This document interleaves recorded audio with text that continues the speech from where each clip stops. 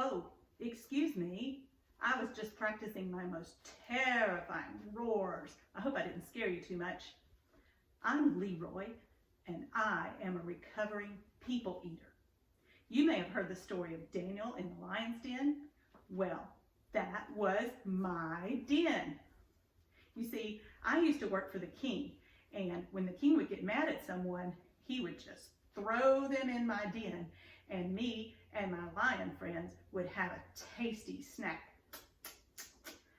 But this one time, there was a guy named Daniel, and it was totally different. It changed my life. When Daniel was thrown into the lion's den, he must have been very afraid, but he didn't act like the other people. When other people were thrown into the den, they would scream and yell, "Help me! I'm innocent! Don't eat me!" You know what? We couldn't wait to eat them up just to get them to be quiet. But Daniel was different. When he got into the lion's den, he got down on his knees, he bowed his head, and he closed his eyes, and he prayed.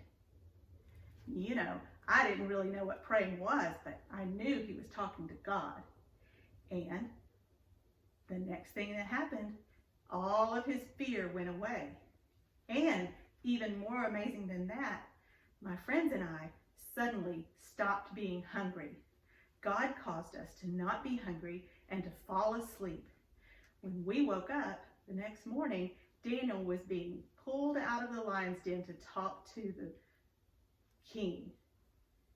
I learned from Daniel that God hears our prayers and he cares when we're afraid and he will rescue us.